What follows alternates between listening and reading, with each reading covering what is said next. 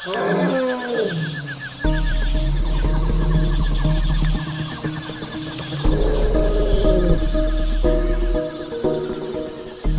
rumahnya dirubuhin gajah, terus dia pindah ke bawah.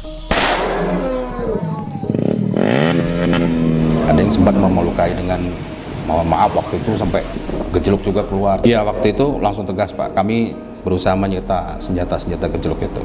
Salahlah kita sebagai manusia karena terlalu haus akan ekonomi hingga mengganggu ketenangan satwa gajah tersebut. Yaitu kadang makan pisang, makan padi. Kalau pemerintah ini punya program terkait ketahanan pangan, apabila konflik gajah ini tidak bisa kita tanggulangi di Pekon Sukamarga ini, maka kami pun di Pekon tidak akan bisa berdaya apa-apa.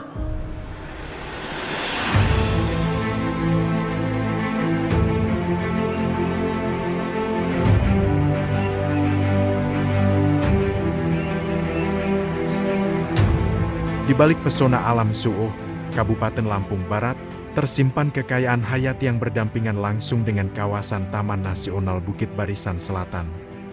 Disinilah rumah bagi mamalia darat terbesar, gajah Sumatera, yang kini berstatus kritis. Populasinya merosot hingga 35% akibat penyusutan dan fragmentasi habitat alaminya.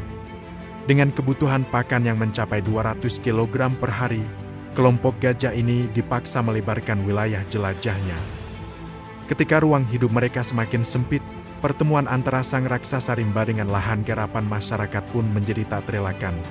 Selama bertahun-tahun, masyarakat harus hidup dalam bayang-bayang ketakutan. Mereka berjaga setiap malam dengan penerangan seadanya dan suara mercon demi menjaga kebun dan nyawa. Kalau menjauh sih kita ya agak bisa tidur, tapi kalau di belakang rumah ya mau gimana, apalagi sampai gedor-gedor pintu rumah. Karena itu di ketuk-ketuk pintu belakang rumah, malam-malam sekitar jam 3. Namanya ibu-ibu kan adanya takut lah Pak, dibilang capek udah sangat lelah. Tapi ya mau gimana, kita berharap sih inginnya ya cepat kembali ke habitatnya. Iya. Sebenarnya kalau kita bicara konflik gajah ini, untuk akhir-akhir ini ya dari tahun 2019 sebenarnya. Sebelum itu juga sudah pernah ada. Cuman bisa yang saya katakan konflik yang terparah ya di Pekon kami ini 3 tahun terakhir ini. Nah, sehingga ya sangat berdampak luar biasa. Nah, ini sumber penghasilan daripada masyarakat untuk di perkebunan itu yang dirusak. Nah, di akhir-akhir ini sudah meraksak lagi ke persawahan, yang itu notabene-nya memang sumber perekonomian kami di Pekon Sukamarga ini.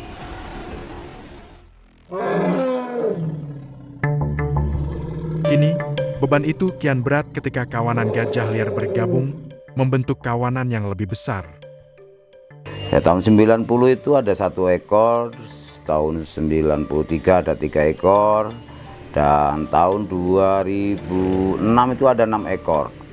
Nah, saat ini yang sudah mulai masuk lagi, ini dimulai dari tahun 2018, tepatnya tanggal 27 Oktober 2018, ini masih sejumlah 12 ekor.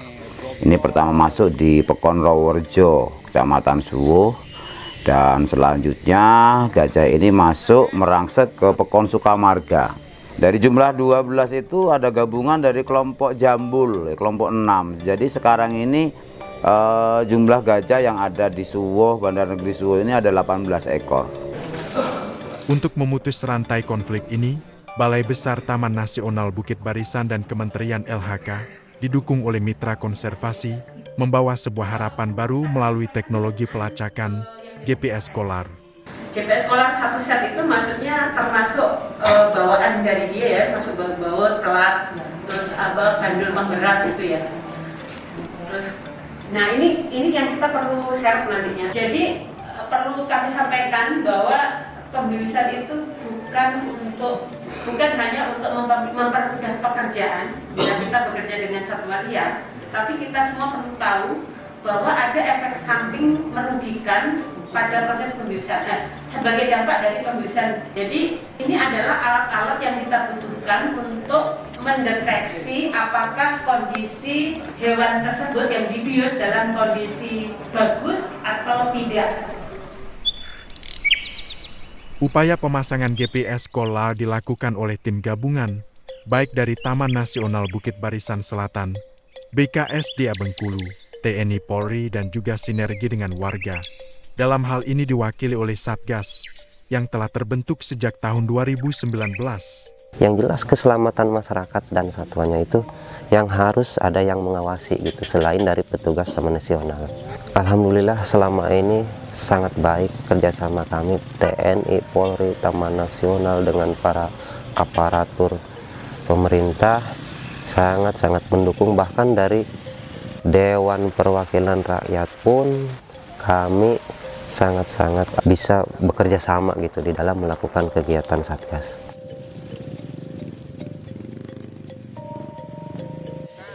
Sebelum kita melaksanakan kegiatan pemasangan GPS hari ini, mungkin ada beberapa hal yang harus kita sepakati dulu di pagi hari ini.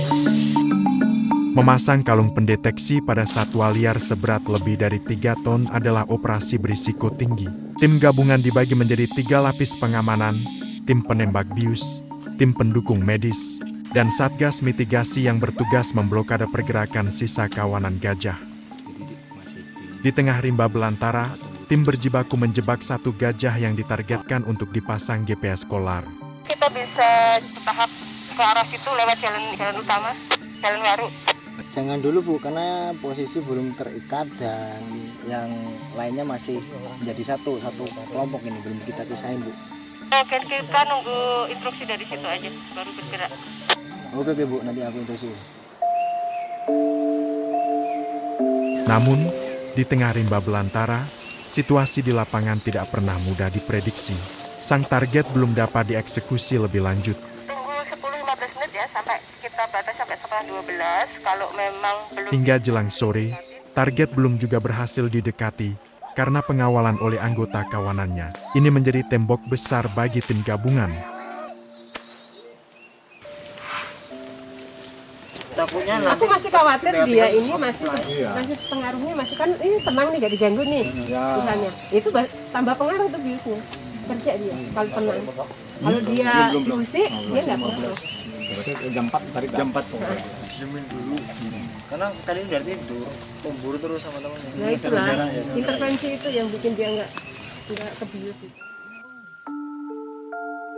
Assalamualaikum warahmatullahi wabarakatuh. Kegagalan hari ini bukanlah akhir, melainkan bagian dari proses untuk memastikan operasi esok hari berjalan lebih kondusif dan terukur. Fokus mereka tim hanya satu, kembali ke hutan dengan persiapan yang lebih matang.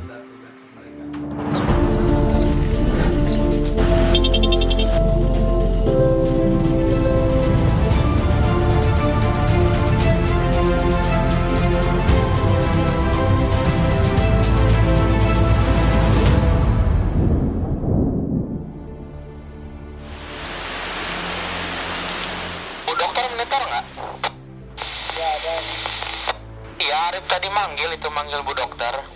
Saya tadi monitor sama Bu Dokter. Bu Dokter nggak nyampe katanya. Rutin untuk segera merapat ke lokasi dekat gubuk. Itu informasi yang saya dapat dari Arif. Terima kasih. Di bawah komando Dr. Hewan Erni Suyanti, gajah target dibius dengan kehati-hatian tingkat tinggi untuk meminimalisir stres. Timku berangkat sama Mbak Tali ya. Tali bisa bikin 2, 1 untuk nembak, 1 kandangan. Jadi nanti nggak perlu nyari saya lagi. Wes ya. Jam 3 mulai film.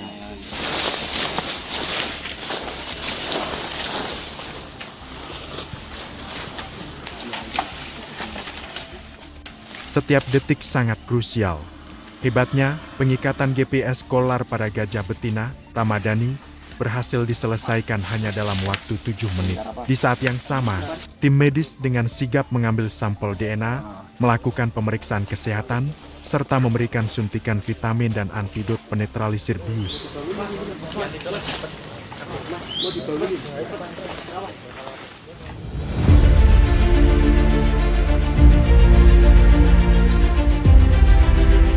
Begitu Ramadhani kembali ke rimba, GPS Kolar secara otomatis merekam dan mengirimkan posisi koordinat gajah ke satelit, mengubah alat tersebut menjadi sistem peringatan dini atau early warning system. Bagi para satgas di desa, alat ini adalah mata mereka di angkasa. GPS yang dimuat di dalam HP terbentuklah lokus. Dari lokus tersebutlah apabila ada updatean, baru posisi gajah tersebut diketahui oleh rekan-rekan satgas. Posisinya di mana, sehingga saling menginformasikan. Patroli sukses!